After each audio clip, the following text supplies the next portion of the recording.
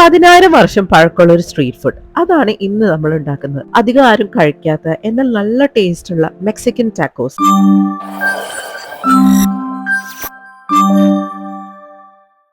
ഫില്ലിങ്ങിന് വേണ്ടി ഒരു ചൂടായ പാനിലേക്ക് കുറച്ച് ഒലിവ് ഓയിൽ ഒഴിച്ച് ഒരു വലിയ ഉള്ളി ചോപ്പ് ചെയ്തത് ആഡ് ചെയ്യാം. 5-6 അല്ലി വെളുത്തുള്ളി ചോപ്പ് ചെയ്തത് ആഡ് ചെയ്ത് വഴണ്ട് വരുമ്പോൾ ഗ്രീൻ, റെഡ്, യെല്ലോ ക്യാപ്സിക്കം ചോപ്പ് ചെയ്തതും ആഡ് ചെയ്യാം.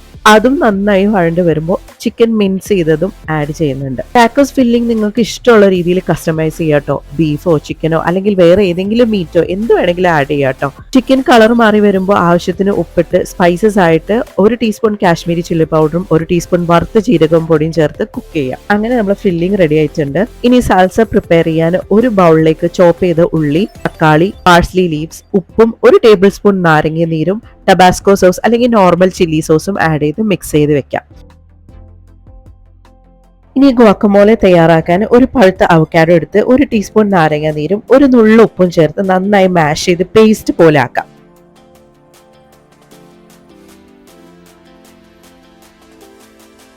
ഇനി ടാക്കോസ് സെറ്റ് ചെയ്യാൻ ടോർട്ടിയ റാപ്സ് എടുക്കുന്നുണ്ട്. വലിയ ടോർട്ടിയ റാപ്സ് ആയതുകൊണ്ട് അതിൽ നിന്ന് ചെറിയ വട്ടത്തിൽ കട്ട് ചെയ്ത് ഇതുപോലെ ആക്കിയിട്ടുണ്ട്.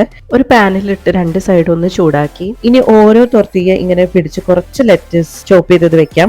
തയ്യാറാക്കിയ ഫില്ലിങ്ങും ആഡ് ചെയ്ത് സൽസ ഇട്ട് ഗുവാക്കമോലെ ടോപ്പിൽ സ്പ്രെഡ് ചെയ്ത ടാക്കോസ് റെഡി ആയിട്ടുണ്ട്. ഇത് സോഫ്റ്റ് ടാക്കോസ് ആണ്. ടോർട്ടിയ എയർ ഫ്രയറിൽ വെച്ചോ അല്ലെങ്കിൽ ഫ്രൈ ചെയ്തോ ഹാർഡ് ആൻഡ് ക്രഞ്ചി ടാക്കോസും പ്രിപ്പയർ ചെയ്യാട്ടോ. നല്ല ടേസ്റ്റ് ആണ്. ട്രൈ ചെയ്ത് നോക്കി ഫീഡ്ബാക്ക് അറിയിക്കണേ. അടുത്ത റെസിപ്പി ആയിട്ട് വരുന്നത് വരെ ബൈ.